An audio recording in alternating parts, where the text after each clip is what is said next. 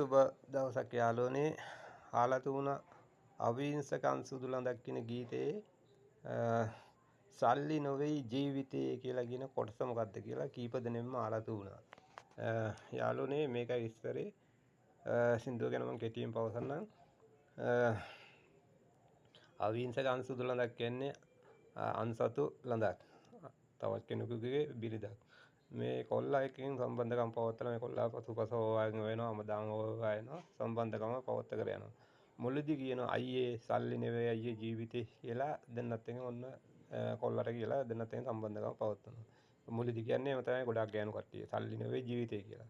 ඉතින් ওই විදිහට කියනවා කියලා ඊට පස්සේ දිගට ආශ්‍රය කරන් යනකොට ටික දවසකින් ඔන්න සල්ලිම තමයි ඉල්ලන්නේ. සල්ලිම තමයි ඉල්ලන්නේ. ඒක තමයි එතනදී දාලා තියෙන්නේ කොටසේ සල්ලි නොවේ ජීවිතේ කියලා. දෙවෙනි කොටසේ දාලා තියෙනවා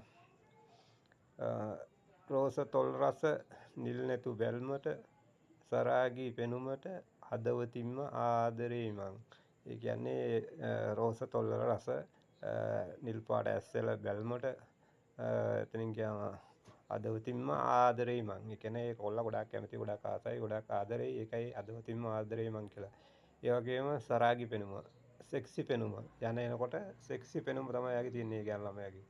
ඉතින් ඒ පෙනුමට තමයි යා ගොඩක් ආස කැමති. ඒකයි ඒ එතනින් දාලා තියෙන්නේ සරාගී පෙනුම කියලා. යන එනකොට එන්නෝකයි කෙටියෙන් මං ගීතය ගැන විස්තරයක් කරේ. අවිහිංසක අන් සුදු ළඳක්. අවිහිංසක කියන්නේ අවිහිංසක අන්සුදු ළඳක් කියන්නේ අන්සතු ළඳක්. අන්සතු ළඳක් කියන එක තමයි කෙටි කරලා අන්සුදු ළඳක් කියලා දාන්නේ. අවිහිංසක අන්සුදු ළඳක් විතර කියලා දාලා තියෙන්නේ කෙටි කරලා. අන්සතු ළඳක් කියන එක. ඉතින් අනුන්ගේ කෙනෙකුට තමයි මේ කොල්ලා ආදරය කරන්නේ. ඉතින් ඕකට තමයි මේ ඒ ගෑනු ළමයා මේ කාන්තාව මේ කොල්ලා පසුපස හොයන් යනවා. ඒකට තමයි. මුලදී අයියේ සල්ලි නෙවෙයි කියලා තමයි කියන්නේ. පස්සේ තමයි සල්ලි ඉල්ලන්නේ. ඉතින් ඔන්න ඔකයි හිස්ටරි. ලස්සන ගීතයක් මේක. ඒ වගේම යාළුවනේ තව බෞද්ධ ගීතය දාන්න ඉතින් බැරුණා. තව තියෙනවා සංසාර ගමනේ රාදා රෑමන මාලි ගොඩාක් ගීත ගොඩාක් තියෙනවා. ඒවා තාන්නම ඉදිරි කාලේ ඉමීට කරගන්න බැරුණා. ගීත 10ක් විතර තියෙනවා. අලුතෙන් කරපුවත් කරන්නත් තියෙනවා.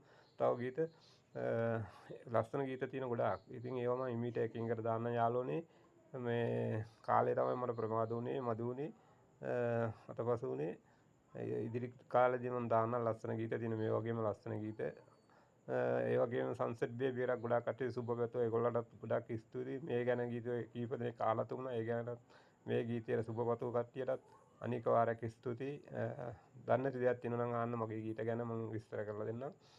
සන්සෙට් බේබි කියන්නේ සංචාරක ළඳකට ආදරය කරපු එකක්. මේක අනුන්ගේ මලකට ආදරය කරපු එකක් සුදු මලකට. ඉතින් යාළුවනේ එමුනම් දිගටම රැඳිලා ඉන්න බැඳිලා ඉන්න ආදරෙන් අදවතින් තවත් ලස්සන ගීත තියෙන ගොඩාක් ඉමීට දෙන්නම් යාළුවනේ. හැමදෙනාටම අදවතින්ම ආදරේ එදා වගේ අදත්